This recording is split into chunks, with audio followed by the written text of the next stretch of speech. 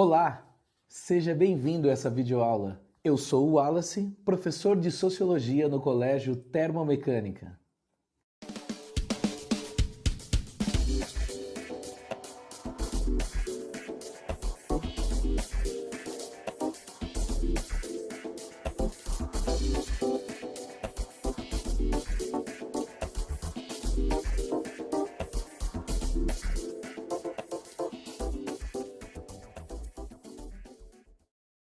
Na aula de hoje, nós estudaremos alguns conceitos, algumas ideias gerais, algumas ideias muito importantes, segundo o pensador Karl Marx, e que geralmente cai em vestibular, muito importante para a questão das redações, né?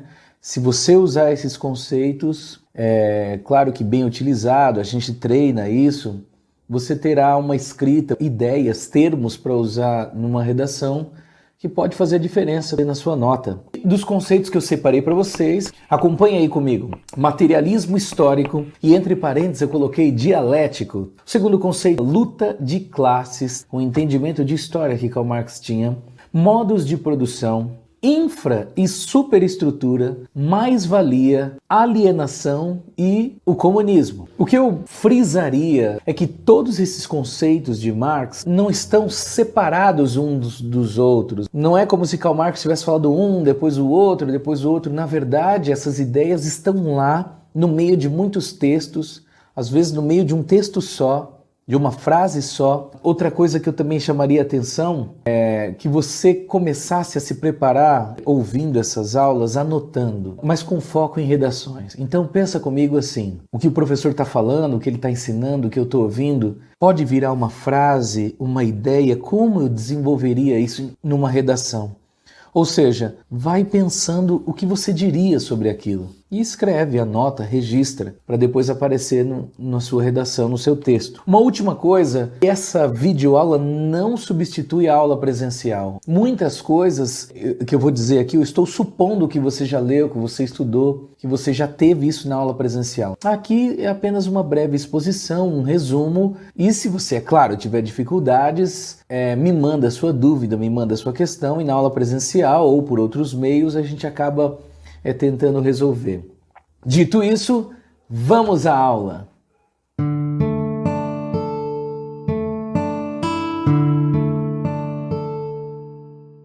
Falando de materialismo histórico, e eu deixei entre parênteses dialético porque é um conceito bem complexo, tem muito a ver com filosofia.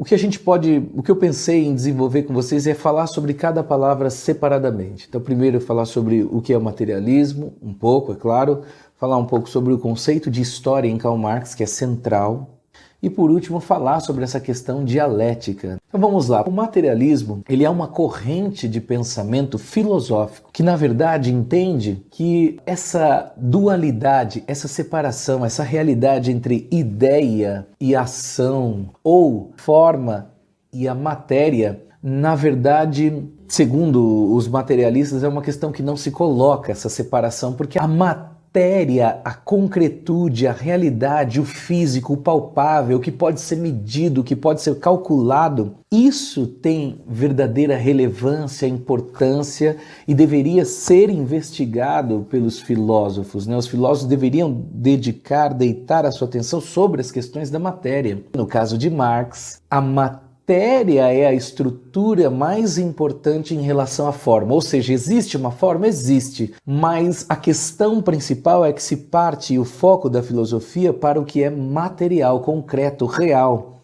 para depois você entender o que é a forma. Enfim, o que a gente pode gravar bastante aqui é que a matéria é mais importante que a forma para o materialismo em Karl Marx. Não que não existe a forma, ela depende da matéria. Vocês vão ver que faz todo sentido daqui a pouco. O sentido do termo histórico. Segundo Karl Marx, a história ela se impõe aos indivíduos, ou seja, os indivíduos não têm opção de escolha. Existe um destino próprio à história. Na verdade, a história, para Karl Marx, é a história do homem. Não tem muito sentido falar de história, sei lá, do universo, não. O que a gente pode medir? O que é a história mesmo? É do ser humano. A história, como ela caminha, vocês vão ver que daqui a pouco ela tem um movimento específico de ida e volta, né? Todos os indivíduos, todos nós estamos presos à época que a gente está vivendo, que a época é dada, é definida pela questão do trabalho, da questão da economia. É importante também no conceito histórico de Karl Marx a ideia de que é possível na história ver fatos, que ele não está inventando, ele está vendo isso na história. Se você olhar para a história do ser humano, você vê fatos, você vê coisas concretas. Por fim, esse termo histórico, para nós, ele tem uma constância, ele tem algo que se impõe a nós, que depois nós vamos estudar com o nome de modo de produção. Por favor, guarda bem esse nome aí, grava bem, daqui a pouco a gente vai voltar nele. Se você estiver fazendo um mapa mental, então coloca aí materialismo histórico, puxa uma setinha, modos de produção, e a gente vai falar muito sobre modo de produção. Só que você não pode esquecer que está ligado à história. Agora, a palavra, o termo dialética. A história do homem anda de um jeito específico. E qual é o jeito específico? Através de contradições, negações, conflito, luta. Em grego, a palavra dialética significa dia, dois, né? Lética, verdade. Então, é a luta, é o confronto entre duas forças, duas verdades. Toda a história da humanidade sempre teve aqueles que mandavam, aqueles que obedeciam, e aqueles que obedeciam se revoltavam e tomavam o poder e criavam uma nova casta de dominados, ou seja, é dialética. A história do homem é sempre conflito, luta, guerra, luta, tragédia e tal. E assim o homem vai se superando. Toda dialética, todo conflito resulta numa revolução. Karl Marx vai encontrar algumas grandes revoluções na história da humanidade. A dialética é sempre uma luta entre contrários. Esses contrários, no caso, segundo Karl Marx, é sempre uma classe dominante e uma classe dominada que em alguns tempos na história assumiram o poder e o controle e depois perderam, e depois assumiram, e depois perderam. A história da humanidade vem assim.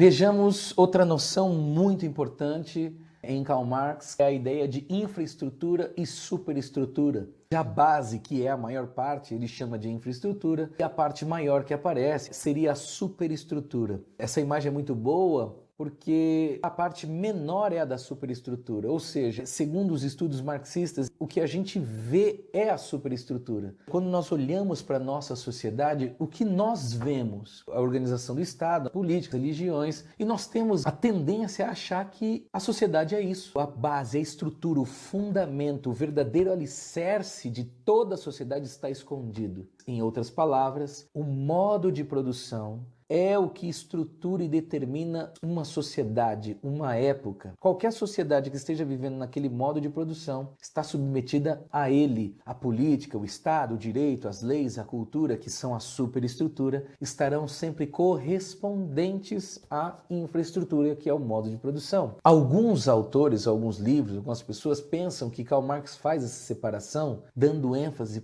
para a infraestrutura e dizendo, só existe a infraestrutura mais o resto é ideologia, não tem tanta importância, mas não é bem isso. Na verdade, os dois estão interligados e são interdependentes, mas o fundamento de toda a sociedade é a infra. As verdadeiras alterações que eu vejo na superestrutura começaram primeiro na infraestrutura. Então, digamos que esteja havendo uma sociedade que sai de uma noção de vários deuses para uma noção de um Deus só, de um panteísmo para um monoteísmo. O que aconteceu aí?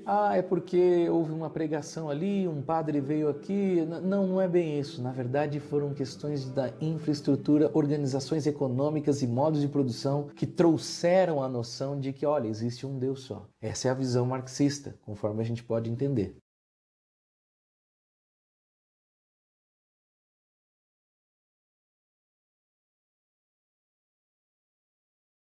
Vejamos juntos o conceito de mais-valia. Também outro conceito complexo, grande, cheio de detalhes. Ele pode render muita coisa para você escrever nas suas redações. Então, o que vem a ser a mais-valia? Esse mais-valia, na verdade, se a gente fosse traduzir, mais valor, um valor a mais. É a ideia de que o produto que um trabalhador faz tem um valor de venda que não corresponde ao valor de salário que ele ganha. Ele não sabe disso. O trabalhador não tem consciência desse valor a mais. O burguês combina com o proletário, com o trabalhador, um salário. E ao pagar esse salário, não percebe o volume de produção que você teve e a correspondência da venda desses produtos e o dinheiro que ele gera com o seu salário. No fundo, é como se o burguês fosse leviano, porque ele sim tem ciência desse valor a mais, essa mais-valia, mas o funcionário trabalhador não sabe, porque está escondido na ideia de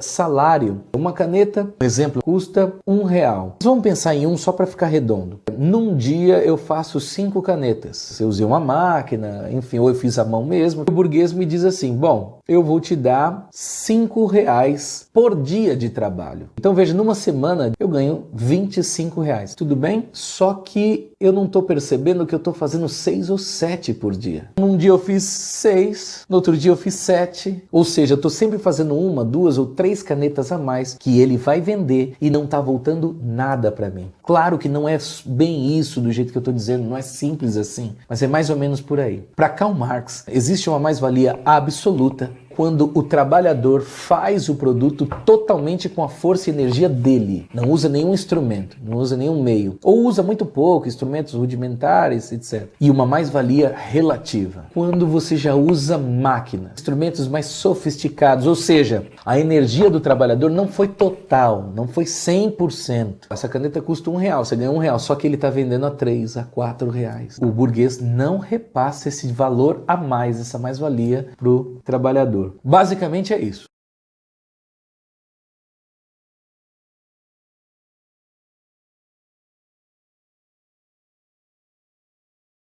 A alienação, também um dos mais usados, um dos mais interessantes também de todos que eu já falei até agora, porque vai tentar explicar muito do porquê que a classe dominada não enfrenta, não se revolta contra a burguesia no modo de produção capitalista. Segundo Karl Marx, o proletário não sabe da exploração, ele não vê a mais-valia acontecer, ele não tem tempo, ele precisa de sobrevivência, ele precisa do salário para comer, para sustentar sua família.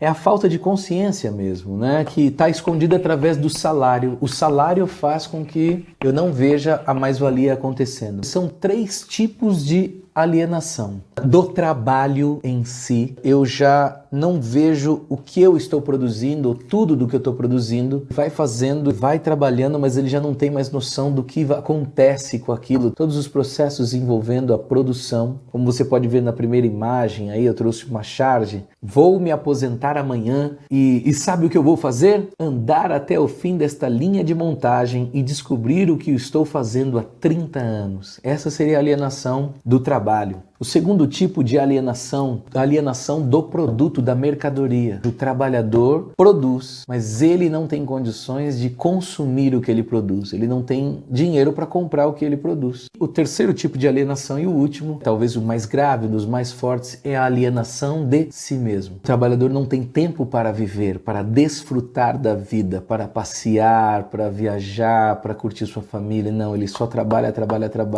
deixa de viver para si, deixa de viver, vive em função do trabalho. Eu trouxe aí para vocês uma música que eu gostaria que a gente ouvisse.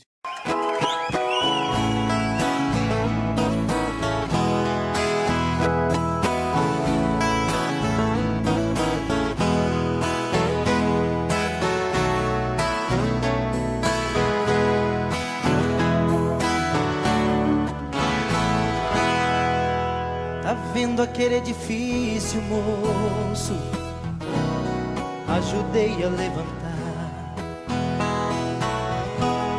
Foi um tempo de aflição, era 4 condução, 2 pra ir, 2 pra voltar. Hoje depois dele pronto, Olho pra cima e fico tonto, mas me vem um cidadão que me diz desconfiado: cê tá aí admirado ou tá querendo roubar? Meu domingo está perdido, vou pra casa entristecido, dá vontade de beber. E pra aumentar meu tédio, eu nem posso olhar pro prédio que eu ajudei a fazer.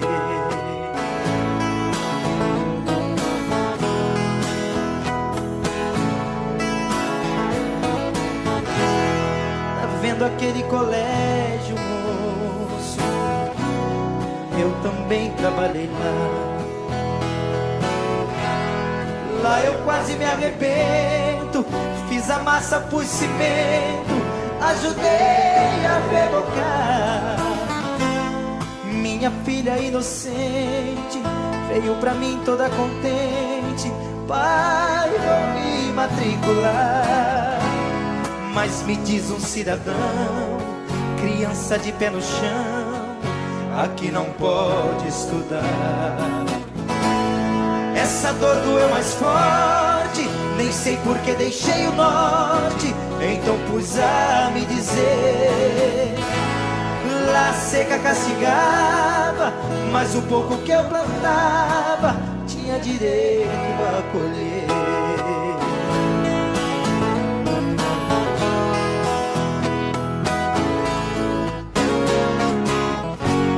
Tá vendo aquela igreja, moço, onde o padre diz amém? Pus o sino e o badalo, enchi minha mão de calo. Lá eu trabalhei também, mas ali valeu a pena. Tem quermesse, tem novena, e o padre me deixa entrar. Foi lá que Cristo me disse: rapaz, deixe de tolice, não se deixa amedrontar. Fui eu quem criou a terra, enchi os rios e fiz as serras, não deixei nada faltar. Hoje o homem criou asas, e na maioria das casas eu também não posso entrar. Hoje o homem criou asas, e na maioria das casas eu também não posso entrar.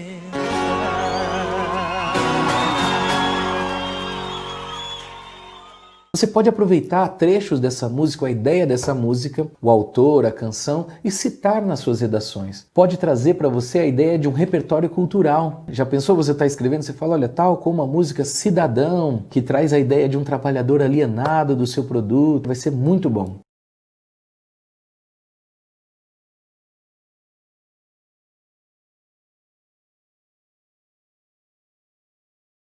Analisemos agora, mesmo que brevemente, o termo luta de classe. Basicamente, uma luta entre dominantes e dominados. Toda a história da humanidade ela é vista, ela é observável através dessas lutas, né, desses pontos de conflitos, revoluções, onde uma classe suplanta a outra e depois a outra tenta de novo, enfim, assim vai seguindo. O interessante do conceito de classe, ela tem interesses comuns, ela está na mesma situação no modo de produção, que os dominantes, nas épocas de modos de produção, eles estão fazendo umas coisas, os dominados outras. Eles têm as mesmas consciências, geralmente têm os mesmos hábitos, têm também as mesmas culturas ou costumes, né, ideais. Vocês podem acompanhar comigo aí na imagem, trabalhadores, pessoas unidas, formando uma mão muito forte. A classe unida tem um poder revolucionário, um poder de transformação, tanto a classe dominante quanto a classe dominada. Então elas sempre vão tender a se organizar, a se juntar. E aí também eu trago para vocês uma frase de Karl Marx. A história da sociedade até os nossos dias é a história da luta de classes. Perceba como esse conceito é muito forte, é muito central em Karl Marx, de tal forma que ele é capaz de olhar para a história da humanidade e enxergar que ela é marcada em pontos específicos, revolucionários, que essa luta vai trazer fenômenos que a gente vai observar.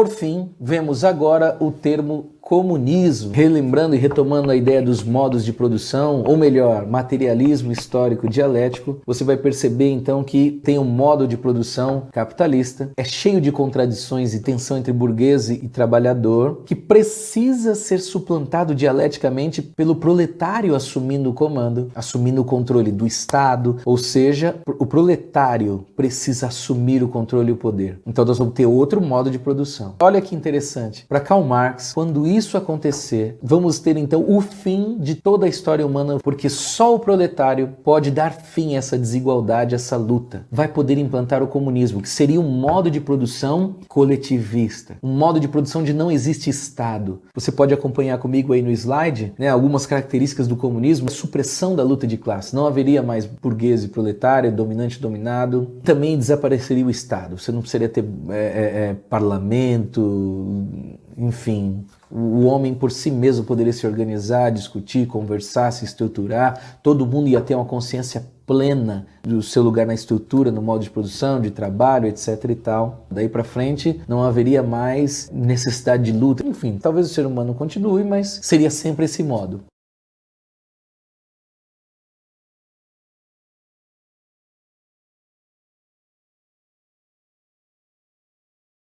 Temos o conceito de materialismo histórico. A história é somente humana, feita por homens, sem divindades, guias, destino, etc e tal. E ela é gradativa, tende a uma síntese final, que seria o comunismo. Vimos também a ideia de luta de classes, que tem a ver com a história, né? O antagonismo, a contradição, a luta mesmo entre os dominantes e o dominado. Também a ideia de modos de produção, ou seja, são épocas, são tipos, são contextos históricos que resultam da estrutura econômica, da estrutura de trabalho, de organização de trabalho, que tem a ver com as forças produtivas e relações de produção. A ideia de infraestrutura e superestrutura. Toda a sociedade ela é uma realidade de infraestrutura e superestrutura, onde a infraestrutura é o determinante, é o fundamento, é onde acontecem as revoluções, as mudanças, para que a superestrutura se organize e reflita essas mudanças. Nós vimos também mais-valia, que é a ideia de um valor a mais, de um preço, de um dinheiro que o burguês ganha sem que o trabalhador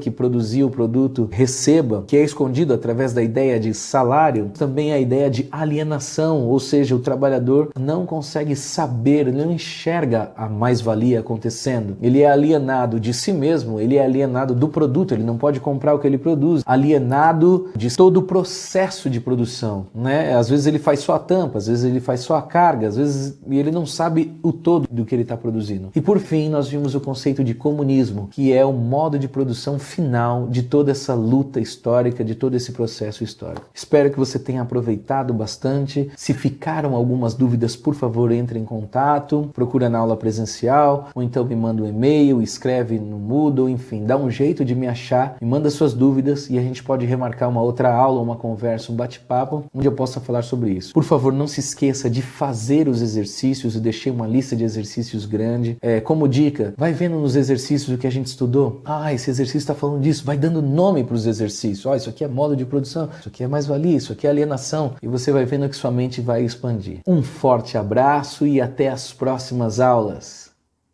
Fundação Salvador Arena. Desde 1964, impulsionando sonhos, transformando as vidas das pessoas.